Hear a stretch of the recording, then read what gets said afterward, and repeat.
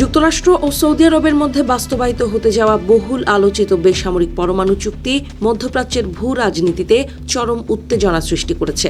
মার্কিন প্রযুক্তি ব্যবহার করে সৌদির মাটিতে পরমাণু চুল্লি নির্মাণ এবং যৌথ সমীক্ষার ভিত্তিতে ইউরেনিয়াম সমৃদ্ধকরণ সুবিধা তৈরির সুযোগ রাখায় তীব্র উদ্বেগের মধ্যে পড়েছে দখলদার ইসরায়েল। এই চুক্তির ফলে মধ্যপ্রাচ্যে এক অনিয়ন্ত্রিত ও উন্মাদ পরমাণু অস্ত্র প্রতিযোগিতা শুরু হতে পারে বলে আশঙ্কা করছে ইসরায়েলের শীর্ষ রাজনৈতিক নেতা ও সাবেক নিরাপত্তা কর্মকর্তারা। ৩০ বছর মেয়াদী এবং বিলিয়ন ডলার মূল্যের এই চুক্তির মাধ্যমে যুক্তরাষ্ট্রের সহায়তায় সৌদি আরব নিজ দেশে বেসামরিক পরমাণু অবকাঠামো গড়ে তুলবে। মূলত পরমাণু খাতে চীন ও রাশিয়ার প্রভাব ঠেকানো এবং মার্কিন কোম্পানিগুলোকে মধ্যপ্রাচ্যের বিশাল বাজারের কেন্দ্রবিন্দুতে রাখার লক্ষ্যেই চুক্তিটিকে অগ্রাধিকার দিয়েছে ট্রাম্প প্রশাসন। চুক্তি অনুযায়ী কোনো যৌথ সমীক্ষায় প্রয়োজনীয়তা প্রমাণিত হলে মার্কিন প্রতিষ্ঠানগুলোই সৌদির মাটিতে ইউরেনিয়াম সমৃদ্ধকরণ কেন্দ্র তৈরি করতে পারবে। যুক্তরাষ্ট্রের সরাসরি তদারকি থাকার কারণে সৌদি আরব কখনোই সামরিক উদ্দেশ্যে ব্যবহার হওয়ার সুযোগ পাবে না বলে দাবি করেছে ট্রাম্প প্রশাসন।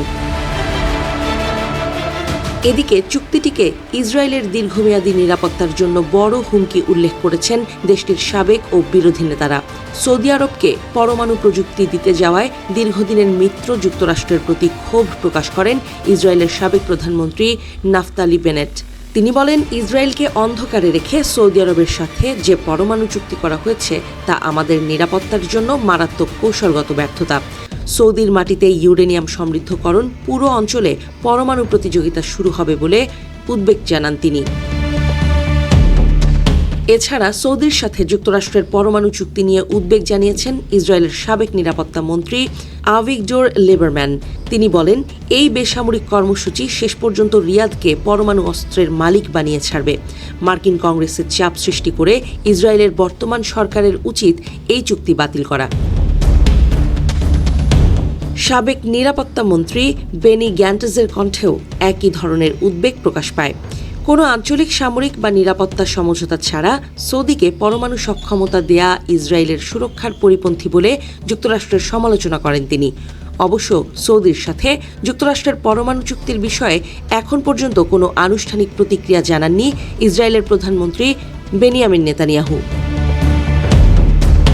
এদিকে ইসরায়েলের এই তীব্র শঙ্কার মধ্যেই তাদের কিছুটা আশ্বস্ত করেছেন মার্কিন প্রেসিডেন্ট ডোনাল্ড ট্রাম্প। ট্রুথ সোশ্যালে ট্রাম্প বলেন, এই বেসামরিক পরমাণু চুক্তিটি চূড়ান্ত অনুমোদন পাবে কেবল তখনই যখন সৌদি আরব আনুষ্ঠানিকভাবে আব্রাহাম অ্যাকর্ডসে যোগ দিয়ে ইসরায়েলকে রাষ্ট্র হিসেবে স্বীকৃতি দেবে। ফিলিস্তিনের গাজায় যুদ্ধ শুরুর পর ইসরায়েলের সাথে সম্পর্ক স্বাভাবিক করার আলোচনা স্থগিত করে স্বাধীন ফিলিস্তিন রাষ্ট্র গঠনের নীতিতে অটল ছিল রিয়াদ। তবে যুক্তরাষ্ট্রের এই শর্তের কারণে এখন সৌদির পরমাণু চুক্তি ও আঞ্চলিক সম্পর্কের বিষয়টি এক নতুন জটিল মোড়ে এসে দাঁড়িয়েছে। বিশ্লেষকদের মতে, রিয়াদ যদি ট্রাম্পের শর্ত মেনে ইসরায়েলকে স্বীকৃতি দেয়, তবে একদিকে যেমন মধ্যপ্রাচ্যের সমীকরণ বদলে যাবে, অন্যদিকে সৌদির পরমাণু উচ্চাশা ঘিরে ইসরায়েল ও সমগ্র অঞ্চলের নিরাপত্তায় নতুন এক অনিশ্চয়তার অধ্যায় শুরু হবে বলে মনে করছেন তারা।